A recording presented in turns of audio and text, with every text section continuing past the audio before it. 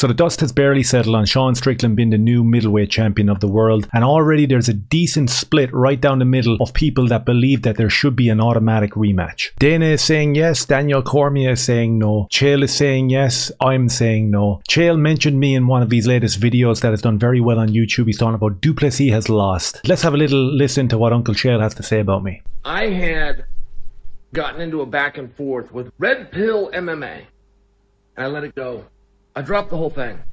And I didn't drop it because I didn't want to be in a back and forth. I love a back and forth. I didn't drop it because I thought he was unworthy. I don't think he's unworthy. He's a very intelligent guy. He's very well spoken, and he was very polite to me. Nothing but respect for Chael and the way he came back here, and mentioning my name. Fair play to him for that. And what I thought about after watching this, I didn't just watch it and go, oh my god, he said my name. I didn't do any of that. I went and I thought about what we had started our little back and forth about initially, and it was about Du Plessis faking injury, and it was also about whether Du Plessis was guaranteed a title shot. And I took offense because I'm a fan of Du Plessis, and I know that Chael is a fan too. I took offense because Israel and his team were saying, listen, he's not guaranteed to fight. And I was kind of coming from the angle of a Du Plessis fan, and I was like, I think that he does deserve it. He just beat Robert Whittaker, and that's kind of where the embers of our little back and forth happened. And as many people do, especially if they're stubborn people like me, you kind of refuse to see other people's point of view. You know, I looked at what Chael said, that he wasn't going to get the next title shot, and backing out of the fight meant that he would probably have to wait on the sidelines. And I thought, absolutely not, you're completely wrong. And I thought the same about Eugene Berryman. And I don't know whether it's coincidence or the fact that Chael is in the game so long that he just understands these things a lot better than me, but it has come to fruition that Du Plessis is not guaranteed a title fight, and he's kind of out there in limbo. And if we look back to 2 weeks ago when I had my nose out of joint because being a fan of Du Plessis and not being a fan of Israel, when you hear like you're not going to get that title shot, it's like, dude, come on. And I guess what I'm saying is that I don't know whether it's coincidence or just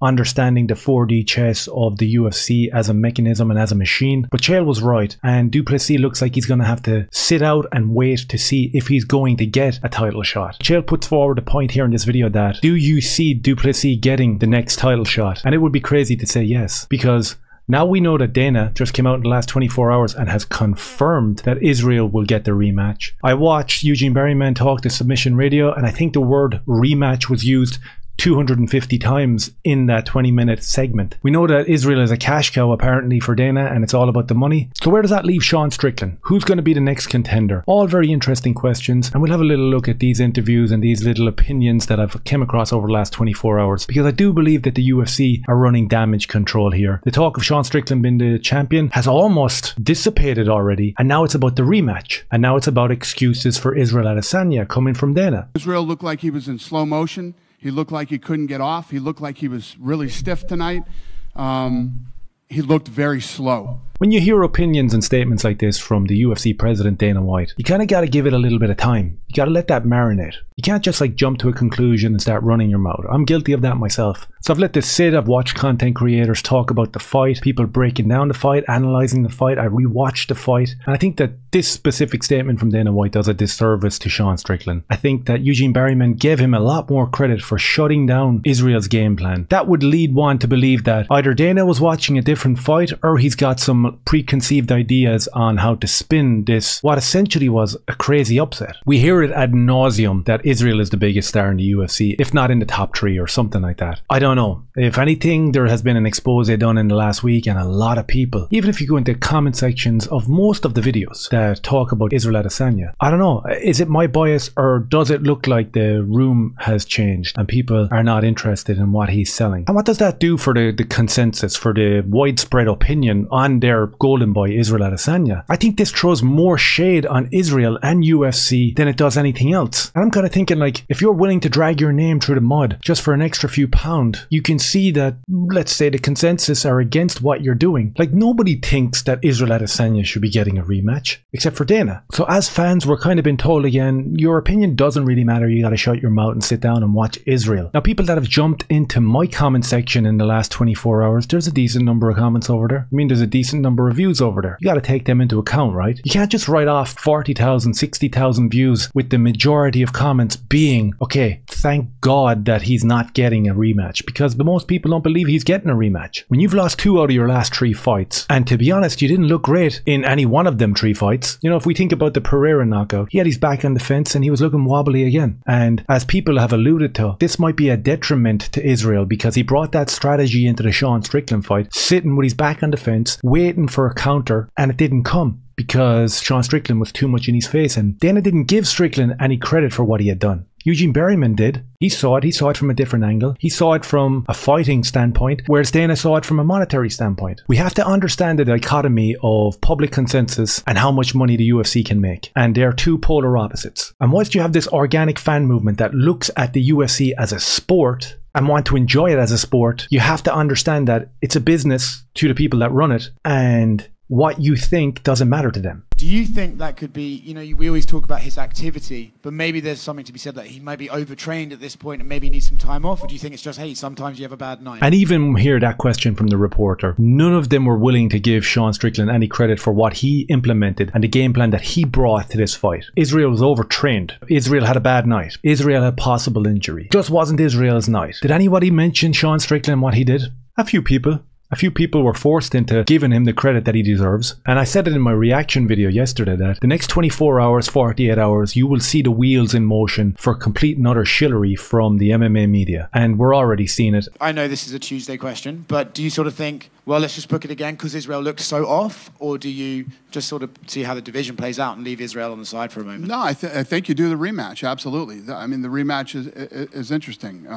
So that's kind of confirmation, right? Because you always know that there's speculations back and forth, and we don't know exactly what's happening until Dana says it in a press conference. But he said it right there, didn't he? He said that there's going to be an immediate rematch. I think that's what we're going to do. I didn't even speak to Adesanya. He doesn't even need to know whether Adesanya felt like he was off or whether he was injured. Dana knows that there's going to be a rematch straight away. What does that do to the fans? What does that do to people that actually enjoy it as a sport? You know, there's articles everywhere. Israel to be handed an immediate rematch after losing the title. I watched the Eugene Berman Submission Radio interview. They say the word rematch over and over and over and over again. So it's kind of just a given. You know, we're prepping for the rematch. The rematch is going to be this way. When it comes to rematch, this is how we're going to attack it. It was never, ever a case in their eyes or Dana's eyes that there wasn't going to be a rematch. And without being naive, how is that fair? How do you lose 2 out of your last 3 fights and get a rematch? I know, I get it, it's about money, but man, you're going to upset so many fans. In an alternate universe where this rematch doesn't happen, for whatever reason, let's put his privileges and all that sort of stuff aside, Israel doesn't get the rematch in this universe. Who fights for the title? Who do we want to see fight for the title? Because being honest, do I want to see Sean Strickland fight Dricus Du Plessis? Probably not. If it's a case of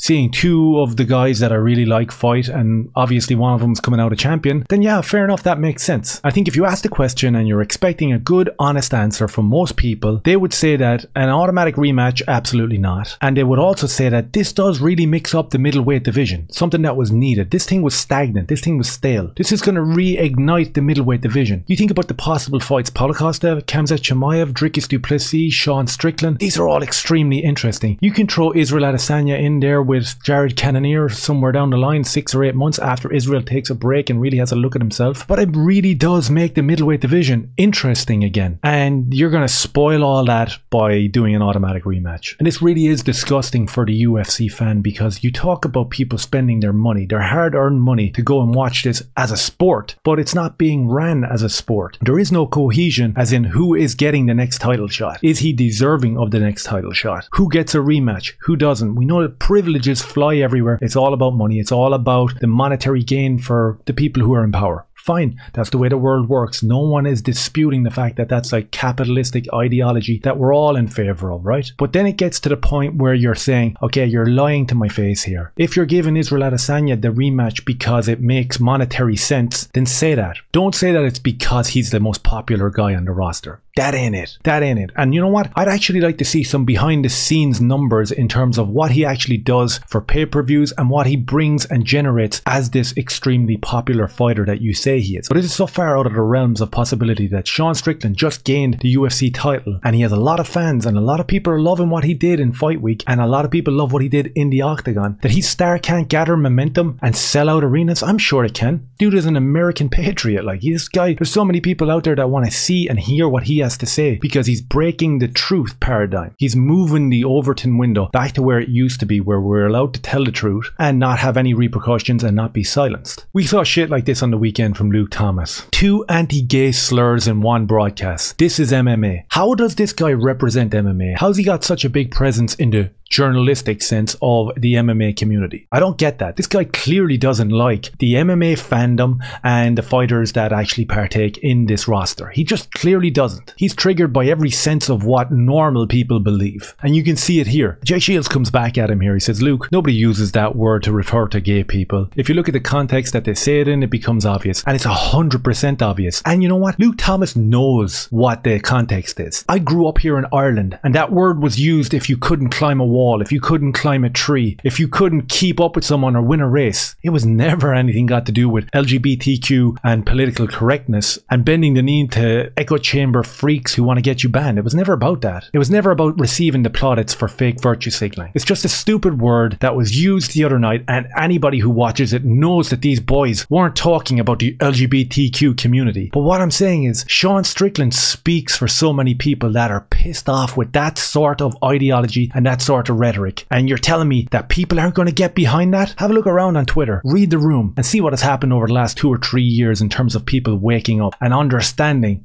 holy shit, I've been lied to so much and I ain't doing it anymore. I think if Sean Strickland does exactly what he's been doing, keeps pushing forward, keeps telling the truth, keeps speaking for people that don't have a voice, I think that this guy is on an elevation and it's going only up. And let's not have the UFC, for the purposes of money, shut down this movement. Let's not even talk about rematches again. Let's make our voice heard in terms of saying, no, we don't want this rematch. Absolutely not. And we'll see what happens. We'll go from there. Let me know your thoughts down below. Hit like, subscribe and share. I appreciate you. Cheers.